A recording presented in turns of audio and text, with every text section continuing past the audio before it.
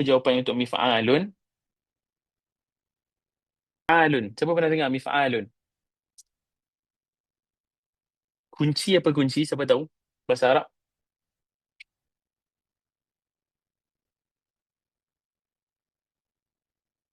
Apa kunci dalam bahasa Arab?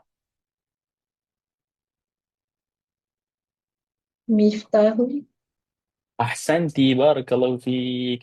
Maka boleh terus ingat, kalau mif'alun, kita kena jawab miftahun. Ini isim alat. Isim sebagai sesuatu yang digunakan untuk membuka. Apa kita guna untuk membuka? Kunci lah. So, dia adalah miftahun. Macam mana nak buat ayat miftahun, Humaira? هذا مفتاح. Okey. Hadha miftahun. Ataupun nak boleh kata al-miftah. Hadha al-miftah jadidun. Nampaklah sikit ada perkataan lain. Hadha al-miftah jadidun. Hadha al-miftah thaqilun. Kunci ni berat lah. Hadha al-miftah khafifun. Kunci ni ringan lah. Hadha al-miftah. Boleh lah. Sebab itulah kita kena hafal apa? Hafal ni semua apa ni? Kata